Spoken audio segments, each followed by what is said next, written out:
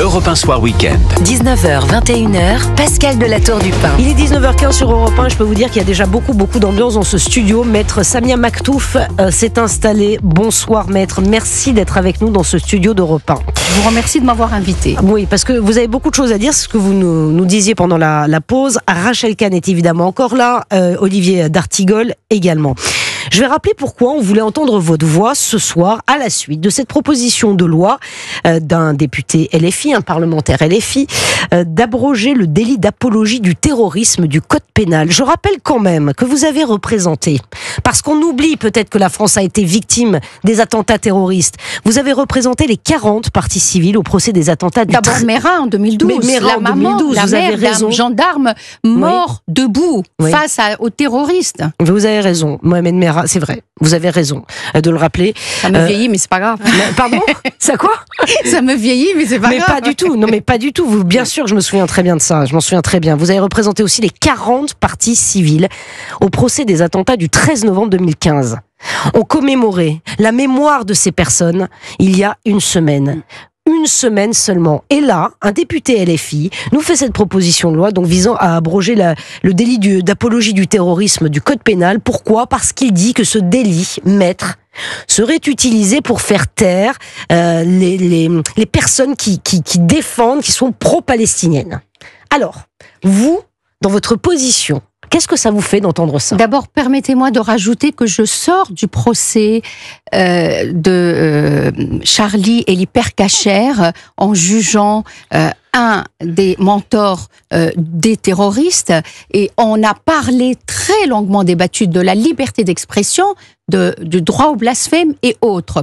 Je me prépare également à l'attentat de la basilique de Nice, où un sacristain, où j'ai l'honneur de représenter, a été tué parce qu'il n'est pas de la même religion que celui qui a tué. Et enfin, l'hypercachère des jeunes et des personnes, parce qu'elles étaient dans cet endroit, ce supermarché, qui sont supposés être de confession juive, ils ont été visés. Mon client, Lassana Batili, quand j'ai plaidé, j'ai dit il était supposé être juif, parce qu'on ne pouvait pas imaginer qu'il puisse travailler dans un commerce juif sans l'être. Donc vous voyez, je bouillonne, excusez-moi, j'ai annoncé sur les réseaux que je parlais de cette honteuse proposition de loi. Alors permettez-moi de la décrire.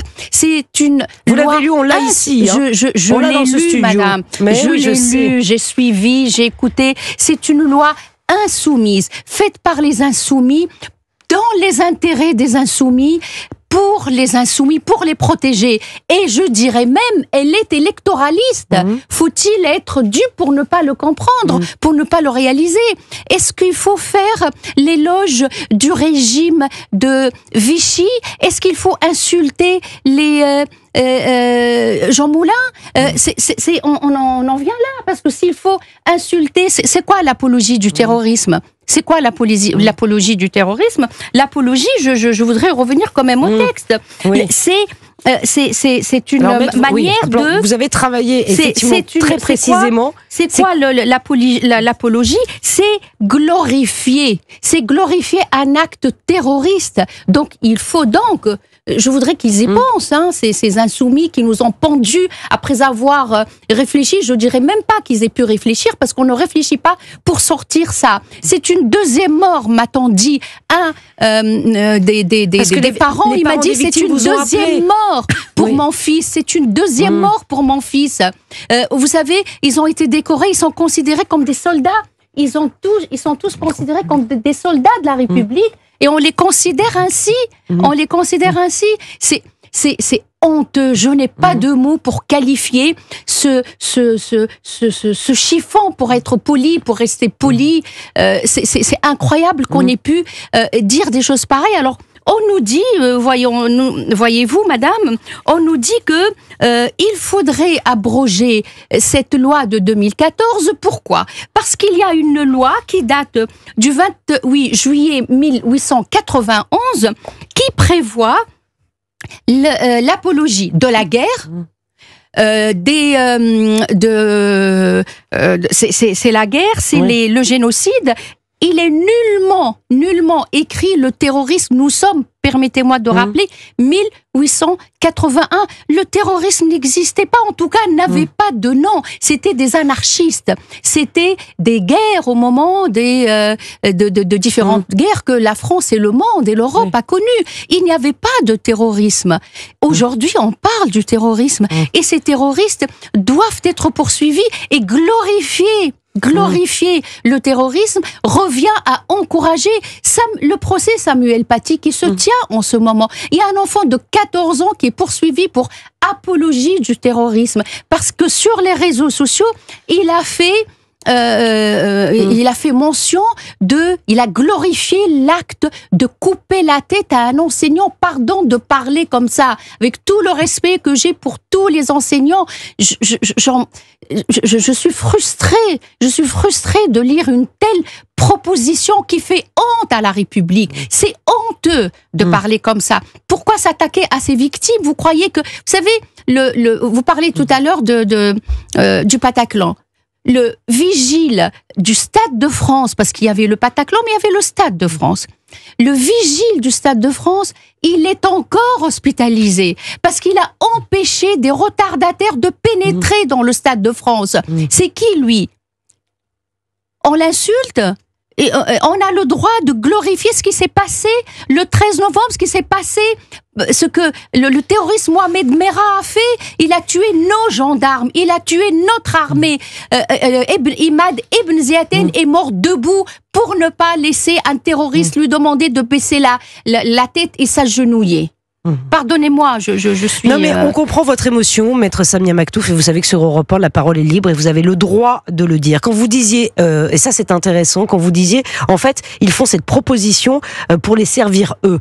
Je vais juste rappeler, parce que j'ai demandé aux équipes d'Europe 1 Soir Week-end de chercher un petit peu, là, de fouiller. Mathilde Panot et Rima sont convoqués devant la police le 30 avril dernier pour apologie du terrorisme. C'est un communiqué du 7 octobre 2023 qui a mis le feu aux poudres lorsque la France insoumise met en parallèle l'offensive de l'armée des forces palestiniennes et l'intensification de la politique d'occupation israélienne. Okay. David Guiraud, visé par une plainte pour apologie du terrorisme. Ça date de janvier dernier, porté par l'Observatoire juif de France, des Juifs de France, avec les propos suivants: le bébé dans le four, ça a été fait par Israël, la maman éventrée, ça a été fait par Israël. L'Union des étudiants juifs de France, qui a déposé plainte en août pour apologie du terrorisme à l'encontre de la députée LFI, Sophia Chikirou, qui est proche de Jean-Luc Mélenchon, après qu'elle a partagé sur ses réseaux sociaux une vidéo qui rendait hommage au chef du Hamas.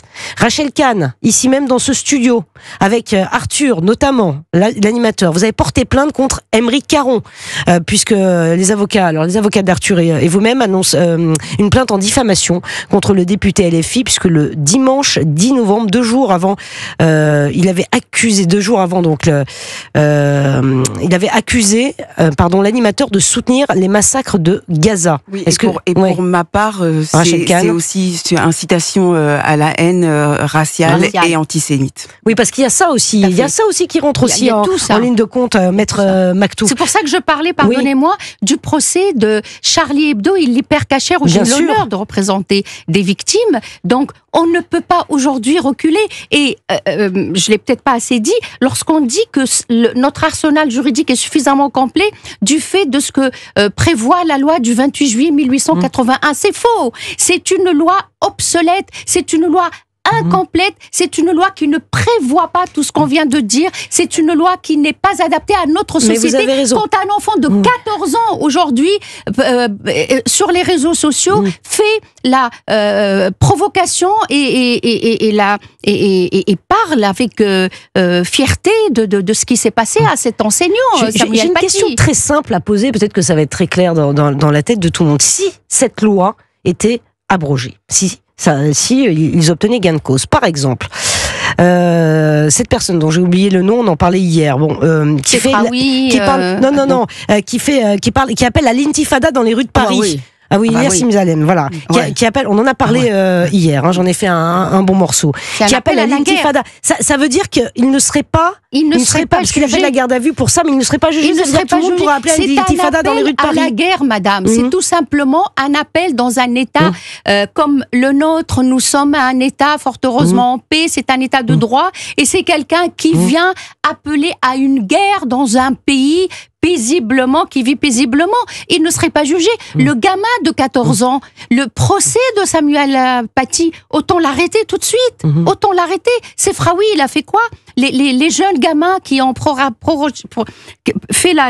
incité à des actes de terrorisme, c'est quoi? Il faudrait les libérer, il faudrait ouvrir les prisons, il faut les faire sortir et qu'on se tue entre nous. Et là, c'est la guerre civile. Les insoumis appellent à la guerre civile et je pèse mes mots. Maître Maktouf, vous restez avec nous, s'il vous plaît. Rachel Kahn, je voudrais juste vous entendre réagir, évidemment, parce que vous êtes touché vous aussi de près par cette proposition. Olivier d'Artigol, vous allez parler. On va rester évidemment sur ce sujet un moment. Cette proposition de loi, vous la qualifiez de quoi, d'abrogation? Une ignominie, une mise en danger de l'ensemble des citoyens français. C'est-à-dire comment, en tant que représentant de la République, qui normalement s'est engagé, donc il ne prête pas serment, mais normalement il doit respecter la Constitution, nos fondamentaux, les droits de l'homme et assurer la sécurité de l'ensemble des Français. C'est une mise en danger dans un contexte déjà extrêmement tendu. On est en plan Vigipirate, on a des alertes terroristes qui ont été déjouées, etc. Mais on est en ultra-vigilance, et on le sait, compte tenu du contexte international. Et en réalité, cette loi, elle avoue... Cette proposition de loi, elle avoue qu'aujourd'hui, la loi qui est en vigueur ne permet pas à LFI de faire son travail de porte-parole des terroristes, ne permet pas à LFI de permettre les ingérences étrangères et ne permet pas à LFI d'être finalement dans cette forme d'intelligence avec l'ennemi. Qu'est-ce que c'est que le terrorisme ? C'est la violence, c'est les attentats. Et l'apologie, ce sont les mots. Et ce sont des mots qui tuent. Ce sont des mots qui mettent des cibles dans le dos des gens. Et c'est de glorifier effectivement les viols de masse des femmes. C'est de glorifier finalement tout ce qui s'est passé le 7 octobre. C'est la détestation d'Israël. C'est la haine des Juifs. Et finalement, c'est devenir, en somme, permettre à des idées les idées de Daesh, les idées du Hamas, les idées du Hezbollah, les idées de Boko Haram, de ne plus être considérées comme des délits, mais comme une opinion normale. C'est ce qu'ils veulent. Il est 19h27 sur Europe 1, on va continuer d'en parler, et Olivier d'Artigol a plein de choses à dire. Je peux vous dire qu'il a plein de choses à dire, parce qu'Olivier, vous aussi, vous avez été choqué par cette proposition.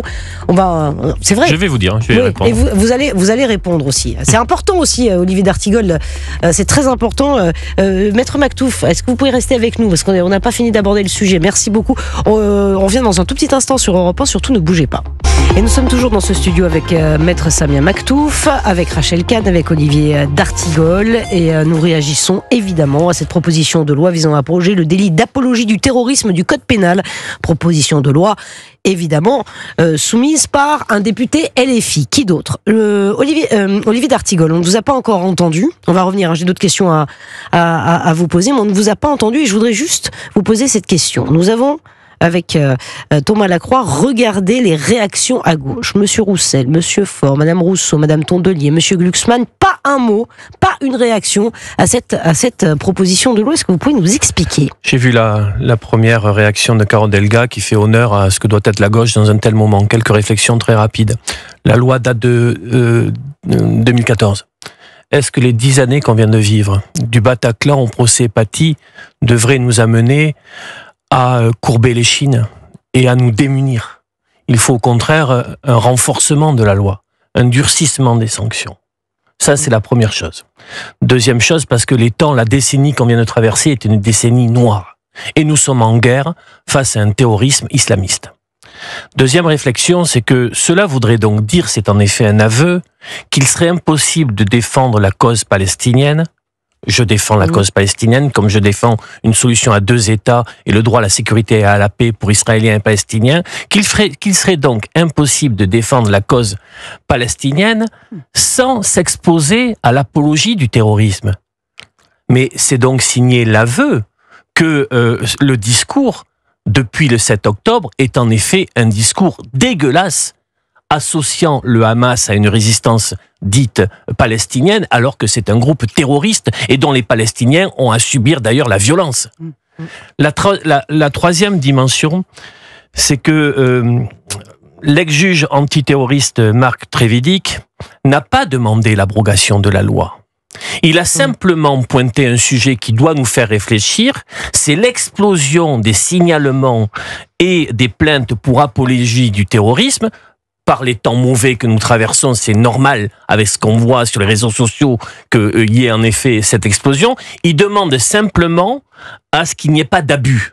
Et ça, c'est normal qu'on puisse être attentif à la manière dont il peut y avoir apologie du terrorisme ou pas. Il faut faire attention sur la période qui vient, parce que les personnes qui nous écoutent peuvent se dire, mais enfin, qu'est-ce qu'il en est vraiment ?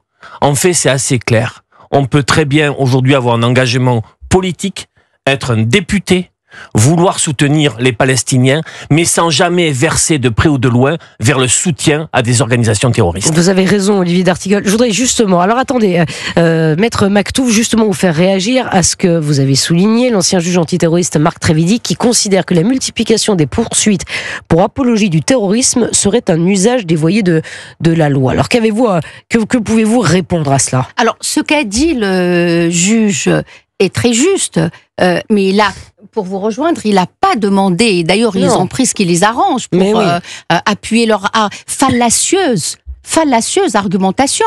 Qu'a dit le juge Trévidic ? Le juge Trévidic a dit, il faut pas faire, je le lis, un usage dévoyé de la loi. C'est tout ce qu'il a dit. Bon. Écoutez, moi j'ai beaucoup de respect pour ce juge, d'autant que à plusieurs reprises il a fait, c'est pas une mea culpa, mais c'est devant lui que la famille Klein, qui ont revendiqué les attentats du 13 novembre, ont été interrogés. C'est par le juge Trévidic. Toute la famille Klein qui est partie en Syrie, enfants, mères et parents. Donc, c'est pas lui qui accepterait ou qui appellerait à l'abrogation de cette loi. Et encore, je vous rejoins, monsieur, quand vous dites cette loi qui date de 2014 devrait au contraire être renforcée. Vous savez, en 2012, j'en parlais tout à l'heure, il y avait ce qu'on appelle un biais de genre. Ça veut dire quoi ? Les femmes, notamment la sœur du terroriste Mohamed Merah, avait participé. Aujourd'hui, elle serait poursuivie pour financement du terrorisme parce qu'elle a payé le billet du terroriste pour aller s'entraîner, se préparer. Donc, vous voyez, la loi antiterroriste doit en permanence être toilettée, être modifiée, être renforcée. Donc, c'est plutôt un renforcement que une abrogation. Et donc voilà, je voulais répondre sur ça. Et un deuxième argument qui a été cité dans la proposition concernant la CEDH, en disant oui, mais la CEDH, la Cour européenne des droits de l'homme, la Cour européenne des droits de l'homme confirme, et c'est très juste, elle confirme que des idées ne doivent pas déranger, quelles qu'elles soient. Elle n'a pas dit qu'il faut abroger l'apologie du terrorisme tel que dispose la loi de 2014. Donc vous voyez un peu ce jeu. On ne joue pas avec la sécurité des Français, en empruntant des mots par-ci, des mots par-là, en faisant des mises en scène. Parce que je vous avoue, j'étais extrêmement interpellée et choquée quand des journalistes ont repris le mot, le juge Trévidic. J'ai lu, parce que je le connais, j'ai un respect énorme pour le juge Trévidic. Il ne pouvait pas dire ça. Et j'espère d'ailleurs qu'il réagira, et je lui fais confiance, et il va réagir. Oui, il va réagir. Il va réagir. Juste un mot peut-être sur la clarification de la position de la gauche, Olivier d'Artigol, qu'on n'entend pas. Je vous relance sur ce sujet. Vous avez donné votre point de vue. C'est important. Mais c'est vrai qu'elle est très silencieuse, trop silencieuse, en tout cas la gauche modérée. Je fais le même constat que vous, Pascal. Je vis très mal, moi, cette période-là. Cette période qui devrait amener un très grand nombre de voix de la gauche politique, mais intellectuelle aussi, à assumer une responsabilité historique, qui est une rupture franche, claire et nette avec les insoumis, dont on voit qu'il y a aussi là, par-delà cette proposition de loi, des moments de provocation permanente pour amener le pays vers un climat détestable, pour parier que ce climat pourrait amener un vote ethno-religieux permettant la qualification de Jean-Luc Mélenchon à coup sûr à un second tour de l'élection présidentielle. Mais il y a dans ce calcul-là une stratégie de politique de la terre brûlée. Et donc face à ça, il faut que des voix de gauche s'expriment. Mais s'exprime pas. Vous êtes, on est d'accord, hein, pardon, mais la gauche modérée. Je ressens de la tristesse. Mais je vois que vous êtes ému, Olivier d'Artigol. Je vois que vous êtes ému parce que cette gauche modérée qu'on n'entend pas, universaliste, où est-elle ? On lance l'appel sur Europe 1. Elle est où cette gauche-là ? Parce qu'elle n'a rien dit. Hein. Les macronistes ont réagi, la droite, le Rassemblement national, et eux ils ne disent rien. Écoutez, oui, Rachel. Sur ce silence. Donc d'un côté... assourdissant. Exactement. D'un côté, on a cette extrême gauche qui veut parler et glorifier le terrorisme, qui fait beaucoup de bruit, beaucoup de buzz, beaucoup de communication, et qui est imbibée de haine. Et de l'autre côté, notre famille politique à gauche, qui est silencieuse. Et pour moi, c'est une trahison.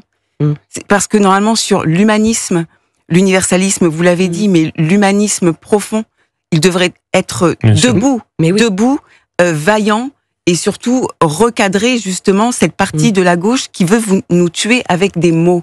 Au début était le verbe, les mots lancés comme ça, ces trucs sur les réseaux sociaux, cette communication permanente à faire du buzz, cela tue notre République, tue notre fraternité et met des cibles dans le dos des citoyens. Et fait monter l'antisémitisme en France. Antisémitisme considéré comme répandu en France par 79% de la population. On va en parler dans un tout petit instant, si vous le permettez. Merci beaucoup, maître, d'être venu ce soir dire ce que vous avez sur le cœur. Vous qui avez vécu ces procès, vous qui avez défendu les partis civils, les victimes des attentats terroristes en France. Et c'est aux victimes qu'aujourd'hui, j'ai une très grande pensée pour leur dire: toute la société française pense à vous parce que vous avez donné vos enfants, vos maris, vos femmes pour sauver la République. Ils sont morts parce que la République était visée, parce que notre armée était visée, parce que des personnes qui ne partageaient pas la même confession que, en l'occurrence, des personnes de confession juive ou musulmane, ont été tués du fait de ce terrorisme islamiste. Il ne faut rien lâcher, vous avez raison. Merci Maître Maktouf d'être venu ce soir dans le studio d'Europe 1, il est 19h43.